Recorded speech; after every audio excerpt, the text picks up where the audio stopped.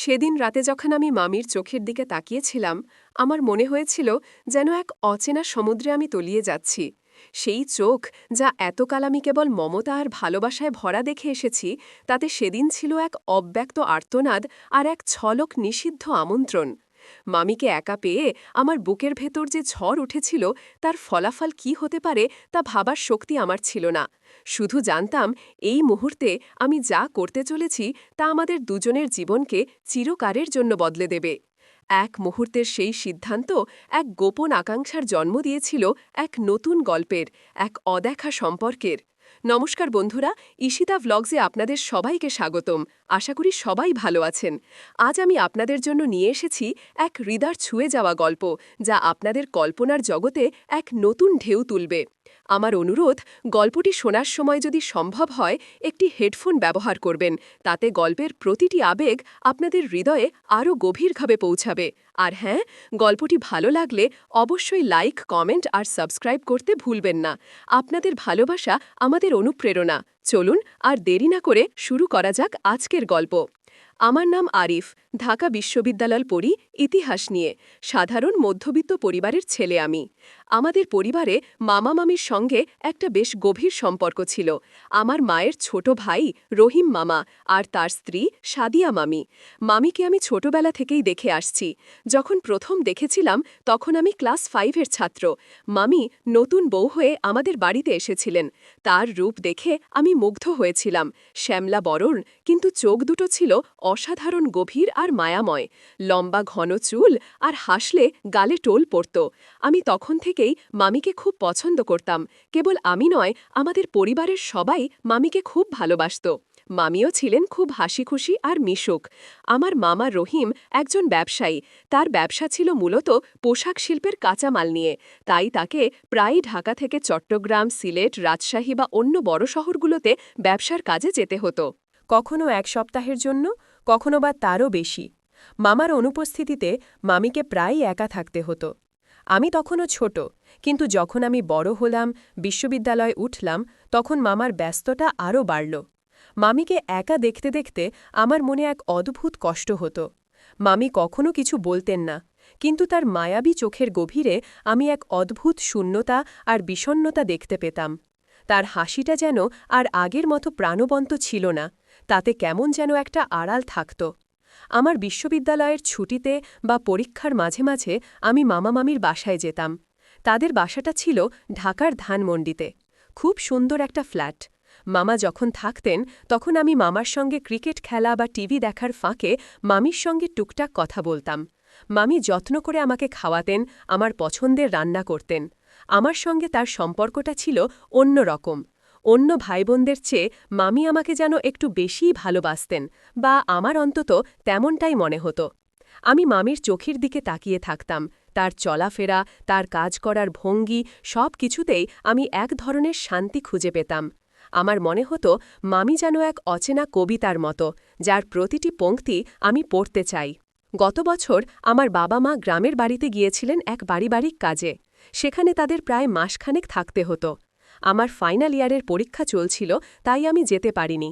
মামা মামি তখন আমাকে তাদের বাসায় এসে থাকার প্রস্তাব দিলেন। আমি এক কথায় রাজি হয়ে গেলাম। আসলে মামির কাছাকাছি থাকার এই সুযোগটা আমি হাতছাড়া করতে চাইনি। তখন মামা বলেছিলেন, আরিফ, তুই চলে আয়, সাদিয়া একা একা বোর হয়ে যাবে, তোরও সুবিধা হবে, পড়ালেখার জন্য নিরিবিলি পরিবেশ পাবি। আমি মামা মামির বাসায় চলে গেলাম। প্রথম কয়েকদিন মামা বাসাতেই ছিলেন। আমি পড়ালেখা করতাম, মামার সঙ্গে আড্ডা দিতাম, মামির হাতের মজার মজার রান্না খেতাম। মামির সঙ্গে তখনও আমার সম্পর্কটা ছিল মামা ভাগ্নের স্বাভাবিক সম্পর্ক। তিনি আমাকে ছোট ছেলের মতোই দেখতেন। কিন্তু আমার মনের গভীরে এক অন্যরকম অনুভূতি তখন দানা বাঁধতে শুরু করেছিল। আমি মামির দিকে তাকালেই কেমন যেন একটা ঘোর লেগে যেত। তার শাড়ি পরা ফিগার, তার নরম কণ্ঠস্বর, তার ছোট্ট ছোট্ট অভিমান, সব কিছুই আমাকে আকর্ষণ করত। আমি নিজেকে বোঝাতাম তিনি আমার মামি, আমার মায়ের মতো, কিন্তু মন মানতে চাইত না। একদিন সকালে মামা জানালেন তাকে জরুরি কাজে চট্টগ্রাম যেতে হবে। সেখানে তার একটা বড় ডিল ফাইনাল করার কথা। ফিরতে প্রায় 10-12 দিন লাগতে পারে, বা আরও বেশিও লাগতে পারে। মামার কথা শুনে মামি সামান্য মলিন হয়ে গেলেন। আমি লক্ষ্য করলাম মামা যখন চলে গেলেন তখন মামি বারান্দায় দাঁড়িয়ে অনেকক্ষণ উদাসভাবে বাইরের দিকে তাকিয়েছিলেন। আমি তাকে চা দিতে গিয়েছিলাম। মামি, চা খাবে? মামি আমার দিকে তাকালেন, তার চোখে একরাশ শূন্যতা। দে আরিফ। আমি তার পাশে গিয়ে দাঁড়ালাম। মামা চলে গেলেন মামি, মন খারাপ লাগছে? মামি একটি দীর্ঘশ্বাস ফেললেন। আরিফ, অভ্যাস হয়ে গেছে, উনি তো এমনই, ব্যবসা থাকলে এমনই হয়। আমি কিছু বললাম না, শুধু তার পাশে চুপ করে দাঁড়িয়ে রইলাম। সেই প্রথমবার আমার মনে হল মামি হয়তো মামার এই অনুপস্থিতি নিয়ে খুশি নন, হয়তো তারও একজন সঙ্গীর প্রয়োজন হয়। সেই মুহূর্তে আমার মনে এক অদ্ভুত বেদনা জন্মাল। আমি মনে মনে ভাবলাম, মামির কষ্টটা যদি আমি কমাতে পারতাম। মামা চলে যাওয়ার পর থেকেই আমাদের দিনগুলো এক অন্য ছন্দে চলতে শুরু করল। আমি সারা দিন পড়ালেখা করতাম। দুপুরে মামি আর আমি একসঙ্গে খেতাম। বিকেলে মামি তার পছন্দের সিরিয়াল দেখতেন, আর আমি তখন হয়তো বই পড়তাম বা ল্যাপটপে কিছু দেখতাম। রাতে আমরা দুজন একসঙ্গে খেতে বসতাম। মামি আমার পছন্দের পদগুলো রান্না করতেন। রাতের খাবার শেষে আমরা দুজনেই লিভিং রুমে বসে টিভি দেখতাম বা টুকটাক গল্প করতাম। মামি খুব কম কথা বলতেন। তার জীবনের গল্প, তার ভালো লাগা মন্দ লাগা এসব নিয়ে তিনি খুব একটা আলোচনা করতেন না, কিন্তু আমি তাকে কথা বলানোর চেষ্টা করতাম। মামি, তোমার ছোটবেলার গল্প বলো তো। মামি হাসতেন। কি আর বলবো রে আরিফ, সাধারণ একটা জীবন। আমার জন্ম কুমিল্লায়, বাবা সরকার চাকরি করতেন। ভাইবোনদের মধ্যে আমি সবার ছোট ছিলাম, খুব আদরের ছিলাম। যখন মামার সঙ্গে বিয়ে হয়ে ঢাকায় আসলাম তখন সবকিছুই নতুন ছিল। আমি বলতাম, মামা তো খুব ভাগ্যবান, তাই না মামি? এত সুন্দর একজন বউ পেয়েছেন। মামি লজ্জা পেতেন। তার গালে হালকা লালিমা দেখা যেত। আরিফ, কী সব বলছিস? আমি হাসতাম। সত্যিই তো। মামি, তোমার যখন মন খারাপ হয় তুমি কি করো? মামি উদাস হয়ে যেতেন। তখন গান শুনি, অথবা চুপচাপ বারান্দায় গিয়ে বসি। একা একা ভাবতে ভালো লাগে। তার কথাগুলো আমার বুকে গিয়ে লাগত। আমি অনুভব করতাম তার একাকিত্ব কতটা গভীর। এভাবে দিন কাটতে লাগল। মামি আর আমার মধ্যে এক অদ্ভুত নৈকট্য তৈরি হতে লাগল। আমরা দুজনেই যেন একে অপরের নীরব সঙ্গী হয়ে উঠেছিলাম। আমি পড়ালেখা শেষ করে মামির সঙ্গে আড্ডা দিতে আসতাম। মামি হাসি মুখে আমার কথা শুনতেন। আমি তাকে বিভিন্ন গল্প শোনাতাম, বিশ্ববিদ্যালয়ের বন্ধুদের কথা, শিক্ষকদের কথা। মামি মন দিয়ে শুনতেন। তিনি আমাকে বলতেন, আরিফ, তুই খুব ভালো ছেলে, তোর মনটা অনেক নরম। একদিন রাতে আমরা দুজনেই লিভিং রুমে বসে টিভি দেখছিলাম। বাইরে ঝুম বৃষ্টি হচ্ছিল। কারেন্ট চলে গেল হঠাৎ। পুরো ঘর অন্ধকার হয়ে গেল। মামি ভয় পেয়ে আমার হাতটা খপ করে ধরে ফেললেন। তার শরীরটা কাঁপছিল। আরিফ, আমি অন্ধকার খুব ভয় পাই। মামি ভয়ে ভয়ে বললেন। আমি দ্রুত উঠে মোমবাতি খুঁজতে শুরু করলাম। মামি আমার হাতটা ছাড়লেন না। মোমবাতি জ্বালিয়ে এনে টেবিলের ওপর রাখলাম। ঘরের মধ্যে একটা অদ্ভুত মায়াবী আলো ছড়িয়ে পড়ল। মামি তখনও আমার হাত ধরেছিলেন। তার হাতটা খুব নরম ছিল। আমি তার দিকে তাকালাম। মোমের আলোয় তার মুখটা আরও সুন্দর দেখাচ্ছিল। তার চোখে ভয়, কিন্তু তার চেয়েও বেশি ছিল যেন এক অদ্ভুত দুর্বলতা। ভয় পেও না মামি, আমি তো আছি। আমি খুব শান্ত স্বরে বললাম। মামি আমার দিকে তাকিয়ে রইলেন। তার চোখ দুটো যেন কিছু বলতে চাইছিল। আমি তার চোখের গভীরে ডুবে যাচ্ছিলাম। সেই মুহূর্তে আমার মনে হল আমি আর মামি নই, যেন দুজন খুব কাছের মানুষ, যারা এই পৃথিবীর সব কোলাহল থেকে দূরে, এই একাকী অন্ধকারে একে অপরের সান্নিধ্যে আশ্রয় খুঁজছে। আমার হাতটা তার হাতের ওপরই ছিল। আমি আলতো করে তার হাতটা টিপে দিলাম। মামি আমার দিকে তাকিয়ে একটা দীর্ঘশ্বাস ফেললেন। তার চোখ থেকে এক ফোঁটা জল গড়িয়ে পড়ল। কি হয়েছে মামি, তুমি কাঁদছ কেন? আমি অস্থির হয়ে জিজ্ঞাসা করলাম।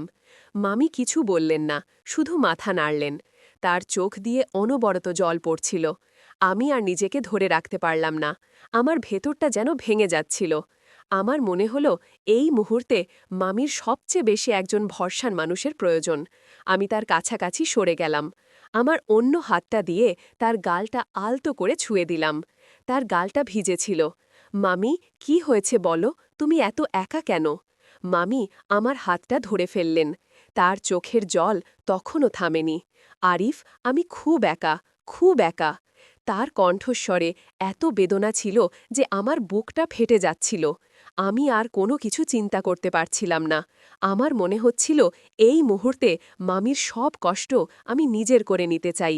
আমি তাকে আরও কাছে টেনে নিলাম। আমার হাতটা তার কাঁধে রাখলাম। মামি আমার দিকে তাকিয়ে রইলেন।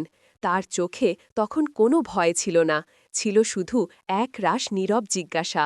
সেই মুহূর্তে, সেই নিস্তব্ধ অন্ধকারে, মমির মৃদু আলোয় আমি মামির দিকে ঝুঁকে পড়লাম। আমার ঠোঁট দুটো তার কপালে রাখলাম। মামি যেন পাথরের মতো স্থির হয়ে গেলেন। আমি অনুভব করলাম তার শরীরটা সামান্য কেঁপে উঠল। আমি ধীরে ধীরে তার কপাল থেকে তার গালে, তারপর তার নরম ঠোঁটে আমার ঠোঁট রাখলাম।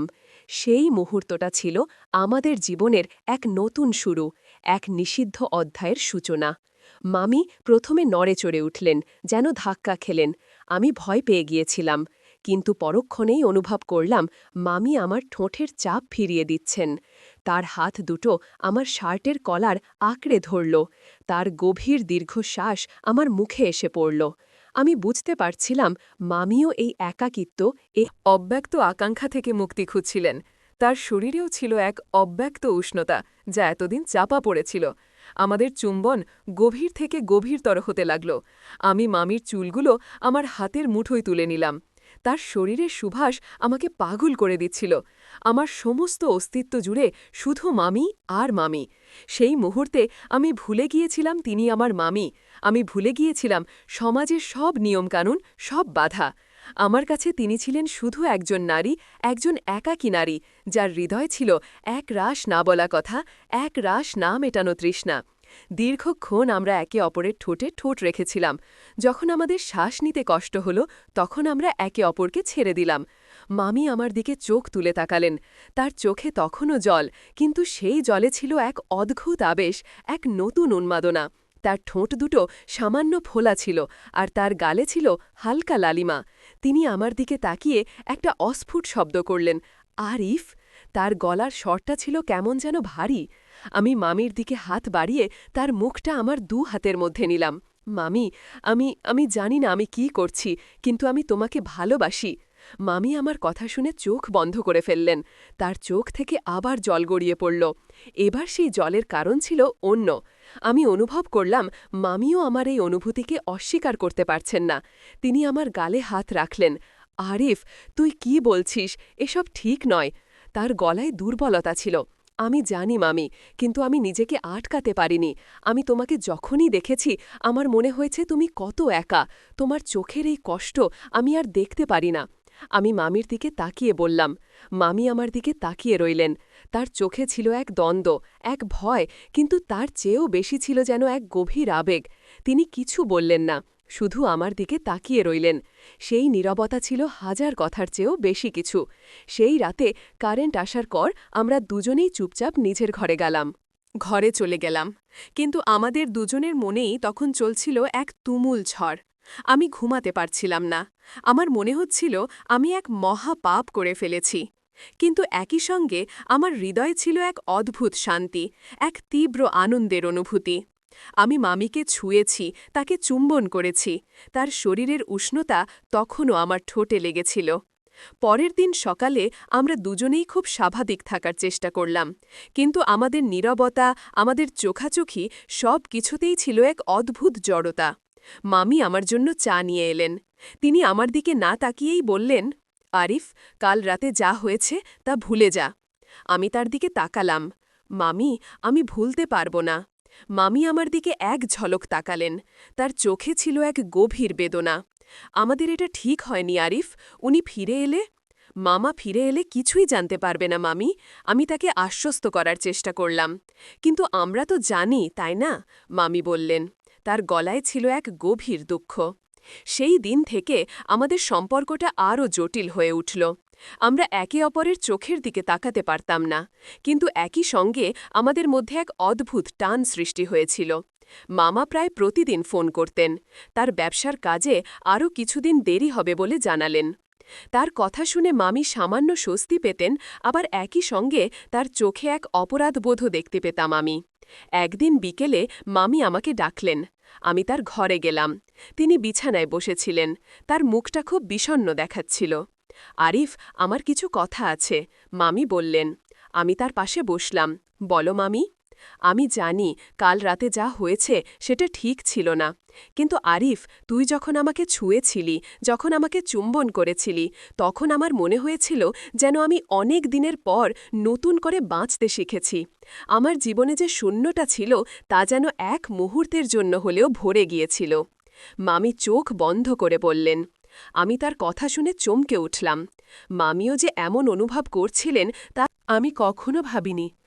মামি, আমি তার হাত ধরতে গেলাম। মামি চোখ খুলে আমার দিকে তাকালেন। আমি তোর মামি আরিফ, আমি রহিমকে ভালোবাসি, কিন্তু কিন্তু আমারও তো একটা মন আছে, একটা শরীর আছে, আমারও তো ভালোবাসার প্রয়োজন হয়। রহিম সব সময় ব্যবসার জন্য বাইরে বাইরে থাকে, আমি এখানে একা একা থাকি, আমারও তো সঙ্গের প্রয়োজন হয়। তার চোখ থেকে জল গড়িয়ে পড়ল। আমি তাকে জড়িয়ে ধরলাম।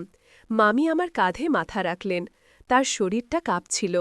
আরিফ, আমাকে ক্ষমা করে দিস, আমি জানি না আমি কি করছি। আমি তার মাথায় হাত বুলালাম। মামি, কোনো ক্ষমা চাওয়ার প্রয়োজন নেই, আমি বুঝতে পারছি তোমার কষ্ট। সেই দিন থেকে আমাদের সম্পর্কটা আরও গভীরে চলে গেল।